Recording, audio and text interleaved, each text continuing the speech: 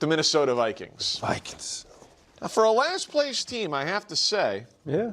you got a lot going for you. Mm-hmm. 9 wins last season. Some really impressive things on defense. You just have this one glaring issue that's jumping off the chart, but it's an important one. It's the quarterback. J.J. McCarthy's been a main story. You got to figure out a way to make him a side story this upcoming year, because I think that they are going to commit to J.J. McCarthy for this year. They'll bring in some level of competition, but I don't think it's going to be as big of a swing as some Vikings fans would want. J.J. finished the last 4 games pretty solid, so I think they traded up for him. I think they're going to ride with J.J. If you look at the Minnesota defense from last year, last 2 weeks of the season, they held Detroit to 10 points. They held Green Bay to 3 points. Brian Flores, they were able to retain him. He's the highest paid defensive coordinator in football. They won 9 games.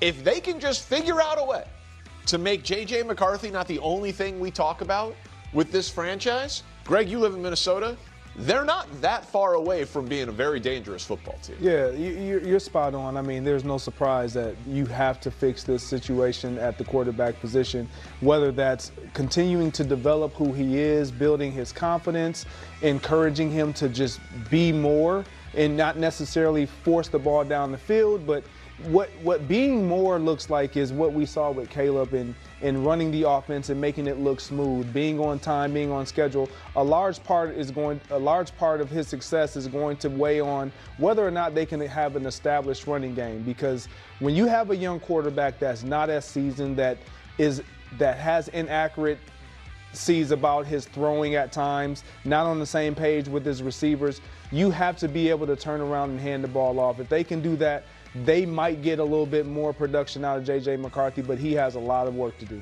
I like that you threw up their defensive stats because they do have a damn good defense, but the interior of their defensive line was horrible. All right, they struggle mightily to stop the run. And if you're the Vikings in this division, when you know you got the Lions and you know what the Bears look like running the ball, you have to find some big uglies in the middle to plug those A-gaps, and they simply didn't have it this year. They're going to have to go in the draft and get some big uglies that really can help them out in their run defense. Yeah, I mean, I get what they're trying to say about the whole turning McCarthy into a side story. No, this is not about this team just being marginally better, right? Because, right, it's the amount of games that they won. If they could just be a little bit better, get a little bit more consistent quarterback play, blah, blah, blah, it's like you can win 10 games, 11 games, you can find yourself in the playoffs. That's not what it's about. That's not what it's about. It's about making this team great and being a top team in the NFL and having a high-powered offense with a high-powered defense and competing for a Super Bowl. Like, that's what it's about. And J.J. McCarthy, since I don't think many people actually watched all the games, I just don't think they did, based off of a lot of the conversations that I had as someone who saw every single snap from J.J. McCarthy.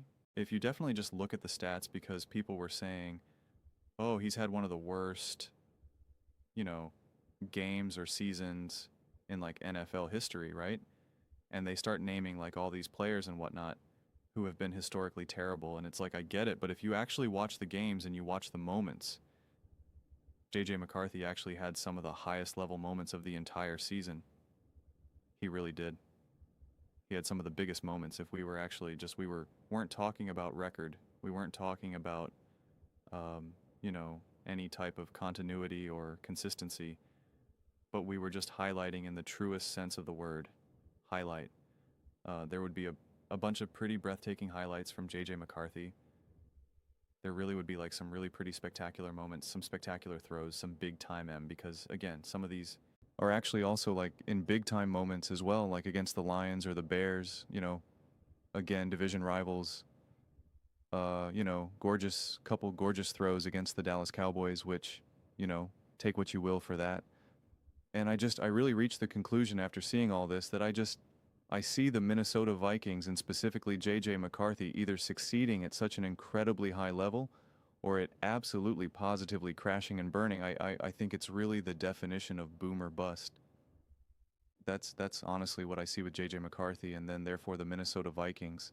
So you're saying turn McCarthy in, from main story to side story? No, because if he's the main story but in the positive, then this team is an elite top team in the NFL, a legit bona fide Super Bowl contender.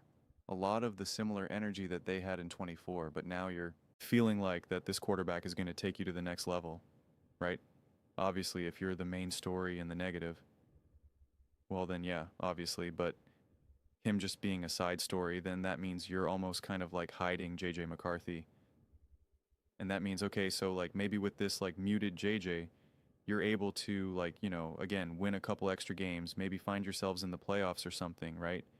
And it's just like that doesn't do it for me, considering how the Minnesota Vikings have been constructed and how they've played over these last, like 5 years or so, 4 or 5 years, really since essentially Kevin Unnell and, Kirk Cousins, Sam Darnold, obviously now JJ. You're ready for special. You're ready for special. This isn't about just like try and take a couple steps forward. Take a steps forward.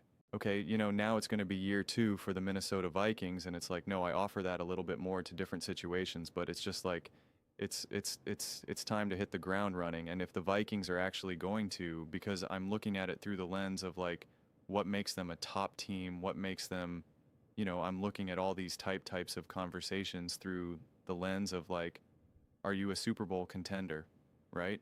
Because like that's all that matters right now in this moment of time as we're talking about this stuff in February. It's just like, what do you need to do? It's JJ McCarthy being great. And again, that doesn't mean that he has to be a top 2 quarterback, but it's just like he had, and I use this now. I'm going to just say star power, but that word is definitely a little tricky, so you're just going to have to run with it. But there was a lot of juice. There was a lot of star power there. That's what I'm trying to say. Like there was a handful of moments when I'm just like, yeah, I can see. Put it this way. I'll put it this way. I saw enough singular moments from JJ McCarthy last season where if he was like the number 1 overall pick, they'd say, yeah, I could see why he was the number 1 overall pick. I think that's actually probably the best way to put it. Now, it was obviously wildly inconsistent, and he had some downright awful moments, like no question about it, right? Where you were just kind of like, oh my God, I can't look.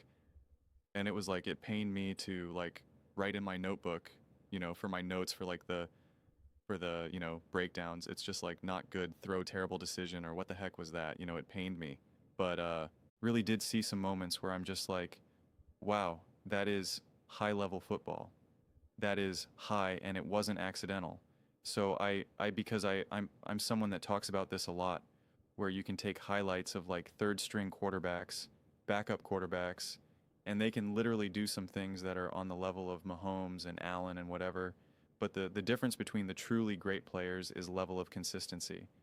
But with that said, sometimes some of those great moments kind of feel accidental, because I think we saw some great moments from like a Spencer Rattler, or I think Spencer Rattler is probably the most recent one that I can think of, where there was like a couple games. I think one game against like the Bucks where I'm kind of like, okay, that's a little bit of juice there, like a little bit of energy there. But then I had to remind myself, well, again, even backup quarterbacks, Core, McCoo, Patrick, like all that type of stuff, right? Like it's a tale as old as, and I don't think any of those moments were accidental for JJ McCarthy. I don't think they were just kind of momentum based, getting lost in the moment, having a little bit of, stringing together a little bit of success, right? It's like, if you take someone who can't shoot threes at all, or he's just not a good basketball player, but like if they shoot 10,000 shots, like there might be a Sassi, they knock down 3 threes in a row, and you're like, all right, look at this guy.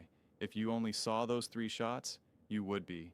Even if you just saw 5 shots, you'd be like, wow, he just hit 3 out of 5. Oh yeah, he's an amazing shooter. Like bring him on, right? But it's just like, it didn't feel accidental. It felt like in those moments, like he was genuinely in control, confident, ready to play. And then there was plenty of other moments when it was like, woo, he is out of control, has no confidence, and oh man, everyone's just hoping and praying for the best. And so that's why it just feels to me it's very boom or bust. He is either an absolute awesome quarterback for the Minnesota Vikings, or you're just like, oh man, this is just up and down. He has moments when it's like, oh my gosh, this is awesome. And he's got moments when you're just like, we can't win with, there's no, we never know what we're going to get. It's just too inconsistent. And so I'm so fascinated to see how they bridge that. I don't think they bridge it by bringing the highs down. Like that's probably what I'm trying to emphasize as well. So that's why, to me, there's no way that he can't be the main story. If the Vikings are relevant and are a legit team, then he will be a massive engine. Why? I don't see how he's less than he's got a me. There's too much there.